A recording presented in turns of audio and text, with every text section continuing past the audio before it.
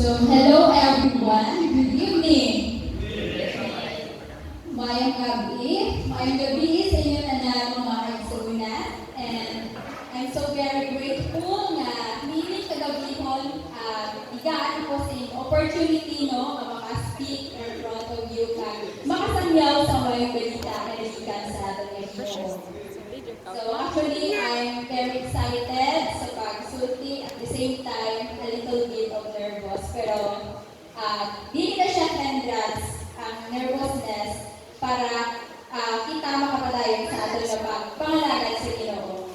And before ko go deeper sa akong mensahe, mananggit ko sa inyong magsagol-sagol ko sa akong dialect ba sa pag-speak. Kaya actually, I am a pure Hiligaynon or Ilonggo, and then I'm still learning sa pag-speak sa Bisaya o Cebuano. So before kita magkato sa aming mensahe, pangabay ko pa mga kaigsunan sa pagtuto sa atong mga ulo para sa pag-ampo.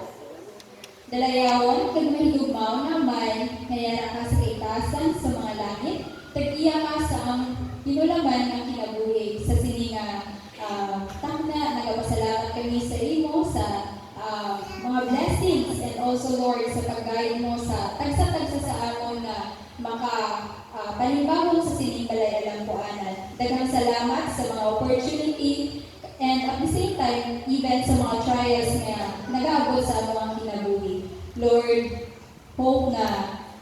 I hope and pray na ang mga pulong nga mga gawa sa akong mga bibig, makahatag, kadayawan o ma-serve as application sa mga adlaw-adlaw nga pagkinabuhi sa siniyuta. Ginoo, nagapangayo ang umising, kapasayduhan sa mga sayop nga mga buhat sa sininga kalibutan. Initan na ang lubos niya tugyan o inaampo sa pangalan lamang sa inyo. Buktungan na ang si Ginoong Jesus na amang personal na magluluwas. Amen. Amen. So once again, good evening and happy Sabbath everyone. Happy Sabbath! Pwede niyo ba na mag-greet ang inyong mga tapat sa Happy Sabbath? Kag mahambal sa iyang Happy Sabbath! I love you, brother or sister. I love you, sister. I love you, sister. Wait. I love you, sister. So, kanami ibalang tawon ko ang kadausa sa tuwa din sa church nagayunay nagahigugmaanan sa among pangaterm kanang nagapalanggaanay kay diha makahatag kita kadayawan or praise sa tuwang Ginoo kapag makita niya nga kita nga iyang mga kaanakan nagapadayon sa pagpangalagad sa iyaha kag nagapalangga sa aton tagsa-tagsa ka mga kaigsuonan. Amen? Okay, so let us proceed sa ating mga message. But before that, actually, sometime nagpadulong pa lang ako, medyo confused na ako huna-huna kung kasagakit ng Tagunok Church. Kaya actually, isog kaayo mga igsuon, no? Kapag bago ka ba sa usang lugar, and then kahapon, I'm so very thankful man sa Ginoo, una sa tanan sa Ginoo, and also sa amon nga manager diha sa Lagtang siya nag-approach sa ako ang Ma'am Jess, pwede ka maka-speak sa Vesper. So, actually, sa mind ko, actually wala din ko gatanggi every time na mag-approach sa akon nga magdala sa part. But, the video na ano ko ba, paano ko maka-adto din sa inyong church. So, through asking, nautana na lang ko sa iya, sa uban ko mga kauban nila sa Lagtang kung asa daw kining church. And then, even may hiyan ako, pero medyo matulbaan kung kinakon ba, kay basi sa among makala ko masaag ko. Pero ingon ko sa self ko, bahala na ni Lord. The most important thing di una ka. And while I'm walking, nag-pray dito sa Ginoo nga, while naglantaw-lantaw ba sa mga sa import sa gilid, no? Ano gito, I still believe na ang Ginoo gid mo Diaz kanako. And I'm so very thankful na wala dito God never fails sa pagkain sa akong dili nga pagdulong or speak diri sa inyo ang church. Amen. So once again, thank you so much Gid sa opportunity ninyo ihatag sa akon and sa pagpaminaw karon. So actually my message very short lang man siya, but this message it serve as a reminder sa atong mga kaigsunan, no? Reminder sa aton, actually tomorrow is Saturday, Sabbath day na, nag-start na sa katong 6. Gina-remind ni kita kanina mensahe nga pangitaon din naton una sa atong pag-uli ang Ginoo. And the title, so gibuhatan ko ni siya title. Ang iyang title is The Secret of the Blessed Life. So, ang memory verse or ang iyang key text, makita ini sa Book of Matthew, chapter 6, verse 33. Actually, this is a very common verse, but I'm hoping and praying na kanina verse atong tanong sa atong huna-huna at sa atong kasing-kasing. Ini na gayon, but seek ye first the kingdom of God and His righteousness, and all these things shall be added unto you. So mga kaigsunan,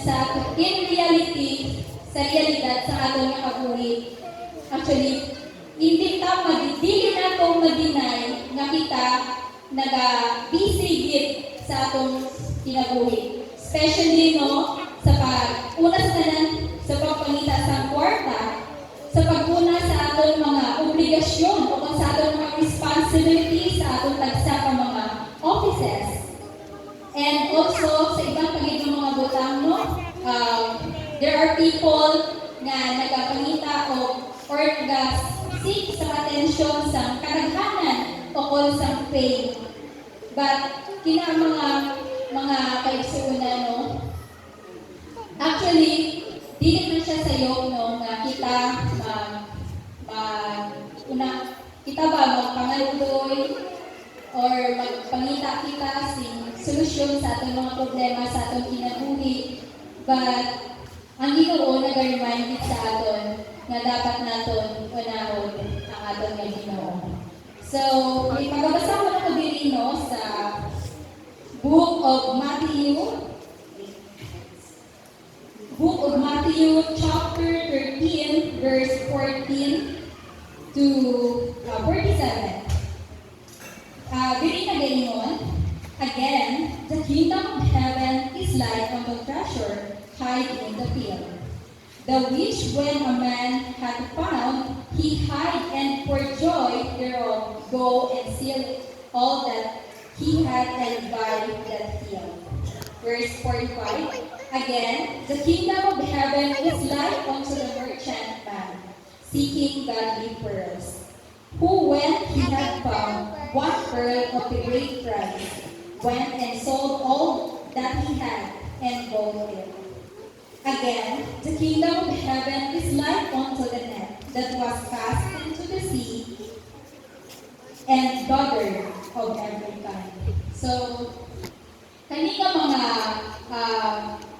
verse, no, mga kaigsunan, nag-remind din sa aton nga, actually, ang tanan, ang atong karon gina-consume, nagika na sa Ginoo. And then, sometimes, nagkakalimot kita, no, nga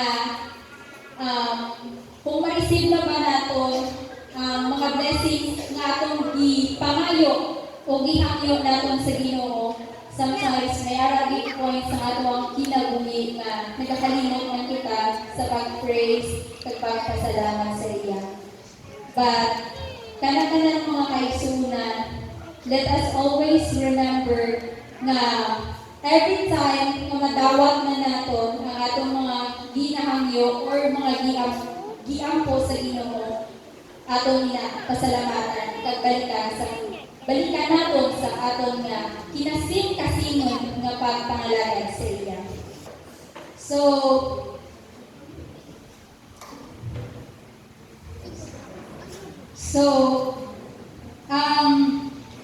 point number 1, no? Pakataon ako sa point actually, very short lang na ni siya. Point number 1, seek God first in your decisions. Una-una, no? Actually, kadalisa sa aton, minakita mga ginauna-una, mga desisyon nga aton ginakangkap sa aton mga kasing-kasing or una-una. So, ang aton himon, mga kaigsunan, every time na magkamkap kita sa desisyon sa aton ang kinabuhi is una-una natin na mag-pray. Importante kaayo no, na mag-pray kita sa Ginoo kag mag-ask sa guidance, kag direction sa iya. There is a Proverbs chapter 3 verse 5 and 6. So nagaingon, trust in the Lord with all your heart and do not lean on your own understanding. In all your ways, acknowledge Him and He shall direct your paths. So mauna ang isa sa mga the most inspirational motivational na verse na ato makita sa Bible. So point number 2 mga kaigsunan, no? Actually, dili ko man siya base sa kaning parable of the hidden treasure na akong ibasa sa Matthew chapter 13 verse 34 to 47. Actually, kanin siya ng mga verse na remind dito kung nga nag-dimension din nga kinahanglan sa ating pag-decide need ta ang guidance sa Ginoo. Kaya sometimes, mautong giingon ko ganina nung kung ma-receive na ganin natin or makuha na natin ang ating mga kagustuhan, sometimes nagkakalimot kita sa pagpasalamat kag pagbalik sa iya. So, mauna nga, ginaulit-ulit din na sa ato ang mga kaigsunan na dapat din natin pinunduman kag atong gitutang sa tagsang tapit-tapit sa ato ang kasing-kasing. So, point number 2, no? Seek God first in times of need. Na-statement nga, in times of need mo sa katulong o kung katabang mo sa imo ang problema, ayaw kaulaw no, nga mag-ask sa ato ng Ginoo. Of course, through prayer and supplication, mga kaigsunan. Hindi kita maulaw sa pag-ask sa iya. It's better kung sa aton, kung natay happiness, kung natay sa kalipay, kalapit di hapon kita sa Ginoo, kag i-praise natin siya. Kung arap kita sa kasubok or sa kalisod sa niling kinabuhi, magpalapit di hapon kita sa Ginoo. Mauna ang iyang mauna ang gusto sa Ginoo sa tuwa go closer kita sa iya.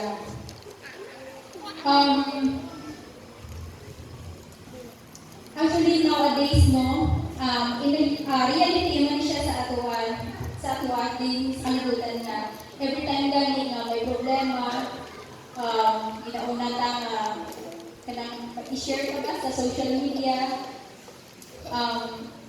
mauna ang reality usama na sa realidad sa mga kalibutan no. Every time may problema kita, ginalinaw na to ang self sa pagduwa or kanang pag-play ba sa mga online games or Facebook, pero dili na siya mao mga kaigsunan. Actually, ang pinakatama din natin na dapat buhaton is mag-meditate sa pulong sa Ginoo pag mag-pray sa iya.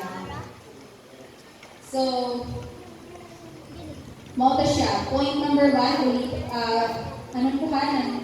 ulitin ko. Point number 1, seek God first in your decisions. Of course, it is very important para kung ma-receive mo na ang iyong blessings, kahibaw ka mag-decide kung asa mo na siya i-apply ba. And then, number 2, seek God first in times of need. Mao na siya yung pinaka-importante mga kaigsunan. And then, number 3, seek God first in your dreams. Dili dreams nga, ano nga, dream, pangandoy ba? Sa imo mga pangandoy. Actually, daghan kita mga pangandoy, especially no, sa aton mga young people, including myself. Sa una, gusto ko gid yung mga graduate ko, mga kaigsunan. And isa rin na siya sa mga pangandoy ko, mga makagraduate ko. And then, mauna siya nga, actually, praise the Lord ginapon kay despite nga kubre ba situation naman sa among family. Sige ako, di-allow sa dito ko makakuman ko sa ako ang pag-eskwela. Actually, kanang working student ba in order na makapay sa akong tuition. And then, while actually kapoy kaayo mag-working student, pero nindot siya sa feeling nga nag-persevere ka sa imong mga dreams in life. Kanang time na nag-persevere ka, kay na-experience na ako ng mga kaigsunan, wala akong nagkalimot ba sa pag-sampit sa pangalan sa Ginoo. Every time na ginakapoy ko, every time na mapil ko nga kulang ko sa tulog mga kaigsunan, I always acknowledge sa Ginoo mga Lord, tabangin ko nga makahuman sa ako ang pag-eskwela, even though dadaan ko ako sa mahirap na sitwasyon. So, mauna siya mga kaigsunan. And praise the Lord nga nakapadayon and nakahuman yun. So, isa pala siya sa mga dreams na itong sa kinabuhi. Then, after na nakagraduate, unsagin ng mga dreams, kanang makapangita ang trabaho. So, mauna siya, usapagin na siya sa mga pangandoy nato. And also, dili sa iyo na, hindi madali na makahanap ng trabaho mga kaigsunan, kay daghan kayo mga process, and everything na imo ma-experience in order na makita ka sa trabaho. And then, ang makanegosyo and also makabalay mo na mga dreams, atong mga human dreams yan. Mga dreams natin bilang mga tao. Pero, actually, di mo sa Ginoo nga, dili ka sa sayo ng mga ndoy ka, dili sayo, as long as nga, sa kadalakaw mo sa imo ang kinabuhi, i-acknowledge mo siya, and you worship Him through prayer. Actually, seeking God first is not a waste of time, mga kaigsunan. Let us always remember mga kaigsunan. And, so mauna siya, mga kaigsunan, mga very, siya, actually, sa pag-i-read niyo kanang verse sa Mateo chapter 6, verse 33, ako, sayo na siya mag-gets nimo kung unsa ang wonderful promise sa Ginoo sa tuwa. No? Ulitin ko, but seek ye first the kingdom of God and His righteousness, and all these things shall be added unto you. Mauna siya mga kaigsunan. So again, there are 3 points nga akong i-prepare. And ang key text mo, ito siya sa Mateo chapter 6, verse 33. Ulitin ko before I end my message. Point number 1, seek God first in your decisions. Na point number 2, seek God first in times of need. And point number 3, seek God first in your dreams or sa ato ang mga pangandoy. Mga tanong. And let us always remember, ulitin ko, seeking God first through prayer, through worship, and through supplications is not a waste of time. It is our reason and purpose nga naman na nakita din ni makalimutan. Because ang ating life, ang pag-relate sa ating sa Ginoo na may ara siya reason, purpose, and also moral siya timing. So, mauna, young people, I encourage everyone, young people and everyone, itatanan na dili na magalingon sa pag-worship, sa pag-pray sa ating Ginoo. And also, i-add ko lang na kung may naatay mga gifts, may ihatag ang Ginoo sa Just like for example, nindot ka boys, magkanta, ayaw paulaw sa pag-offer sila sa Ginoo. And nagabilib di ko mga kaigsunan na kada usa sa aton minaagi tay talent nga gihatag ang Ginoo sa ato. Even sa pag-smile, pag-welcome sa aton mga visitors, and also sa aton mga igsuon din nga nagasimba. So pwede gid natin magamit kanang simple talents nga gihatag sa Ginoo sa aton. Kay ang pag-offer naton sa atong talent sa iya, usama na siya sa way na mapakita naton nga gihigugma naton siya, and also giuna naton siya sa tuwang kinabuhi. So once again, I hope and pray na kaning very short na message maka-enlighten sa ato ang una-una ang kasing-kasing, and atong gid madala sa atong adlaw-adlaw mapagkinabuhi sa sinang kalibutan. Once again, thank you so much, and may God bless us all. To God be the glory.